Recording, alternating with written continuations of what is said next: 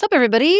It's Carolina here. This is my podcast. I'm coming to you live from my set. I've been busy this summer. We have been having the summer camp series happening. If you guys are watching along on YouTube, please check it out. And while that has been going on in the background, we've taken the summer to really figure out ways to elevate what we're doing, right? And one of those ways is having a fancy set, which is not that fancy, but really helps just bring up the vibes of the show, which is super exciting.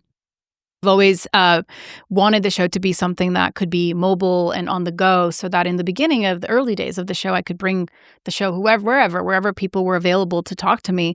And then during the pandemic, we went, started recording over Zoom and had this video component. And in the last 2 years, as you guys may have noticed, we've been really doubling down on the video. So the YouTube channel is now going to be really a primary place where you can go and see us in this gorgeous set that was designed by Sarah Silkwood. Shout out to her, who's an incredible set decorator. So yeah, it's really exciting. It's a new dawn. It's a new day. And we're here at Sunset Las Palmas, which is a series of sound stages here in Los Angeles. They are a partner to the podcast, and thanks to them, we get to have a movie lot, where guests can come in and have this incredible experience of walking the streets where many famous people, impressive people like Lucille Ball have walked. The history of cinema, of TV is all here. So it's really special that we get to have this space to do the podcast now. So yeah, so if you're only listening to this, you're missing all of the visuals that I'm talking about. But thank you for tuning in, regardless of the fact that you're listening. We love that. But yeah, it's been a busy summer. You may have seen that I went to Cannes in May. That was my first time going to the film festival. I am really built for the south of France. And so we want to manifest that for us going forward. And really, my goal is to have a presence every year now going forward with the podcast. I was invited to moderate a conversation with Eva Longoria at the Forbes Villa, which is adjacent to the festival. So hopefully we will be coming out again, and this time with more notice, and be able to plan things and do some content capture, maybe some interviews live from the festival. Just really bring the show on the road, on the plane, and bringing it to these other places.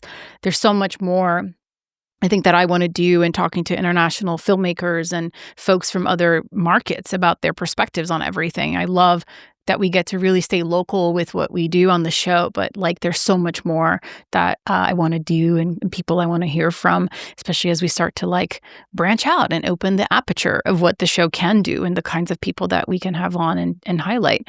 So that was a really incredible experience. And then I also went to South by this year, so that was really cool.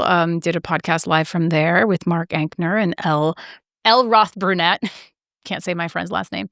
Cool. And that was really great. We're now starting to record. We're entering a new season of the show, literally, figuratively. We have a new intern who's joined us, Luke, who's over there off camera, just staring at me, as is Sarah, my associate producer.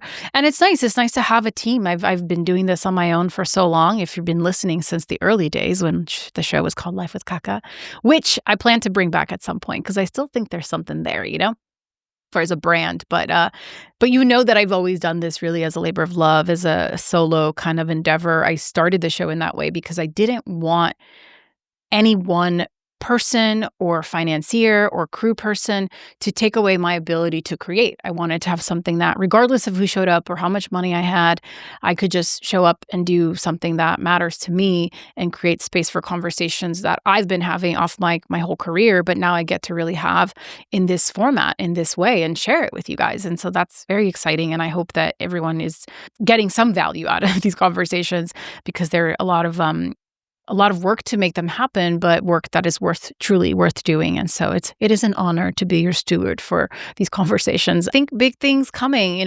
We launched a Substack. We're going to double down on that as well. Going to really come up with ways to have unique offerings to folks that are down to pay and support the show. Again, as I mentioned, 6 years I've been doing this solely on my own from a financial standpoint. And to grow and elevate and evolve, I think we all need to do that together. And if you're able to even spend $5 a month, which is $60 a year, that all adds up. So there are tiers on the Substack. We'll link it here, etc. But that is a way that you can really support me and really be a part of this community that we're building. We will still have free offerings and mixers and all of that stuff. It's not I don't want money to be a hindrance to anyone. But if you are in a position where $5 a month isn't a big deal to you or more, perhaps there's other tiers, it would be really great because all of that money gets reinvested back into the show and all the things that I want to do, from workshops to events to an academy. Like, I want to be able to leverage all of the knowledge that I've accumulated over my 15 plus years and share that with people that want to know what I've learned. And so I want to be able to, bring that to you guys in a way that is sustainable for me as well. We just recorded today with the Stay in LA coalition, and this year, I think, like many people post the fires, I really woke up to the reality of like, no one's coming to save us. No one's coming to save LA or Hollywood. Like, we all have to do our part. And I have this platform, I have this space, and I want to use it and leverage it to create avenues for conversations around solutions of how we all come together to protect and preserve something that is really special to all of us, which is our ability to not just sustain, but actually thrive in this crazy ass industry that we all have chosen to be a part of. So being really active in those spaces this year has been a priority for me. As you guys may have seen, I was at the City Hall hearing on the 20th and got to say my piece. Only had 1 minute to speak, learned the hard way. Have a podcast, could talk for a long time. Should have practiced what I would say in 60 seconds or less. But, I had to hold for applause, like the actor in me, I didn't know. So anyway, lessons learned. Next City Hall meeting, I'll just come in like boom, boom, boom. Okay. This year, I'll be celebrating 19 years in Los Angeles, which sounds actually like insanity to say, because when I moved out here, it's like you don't think about this stuff. You're just living life, and then you blink, a decade passes, another decade passes. And so I feel very grateful and honored that what I thought would happen in like a couple of years has really taken about 15 years to happen or more.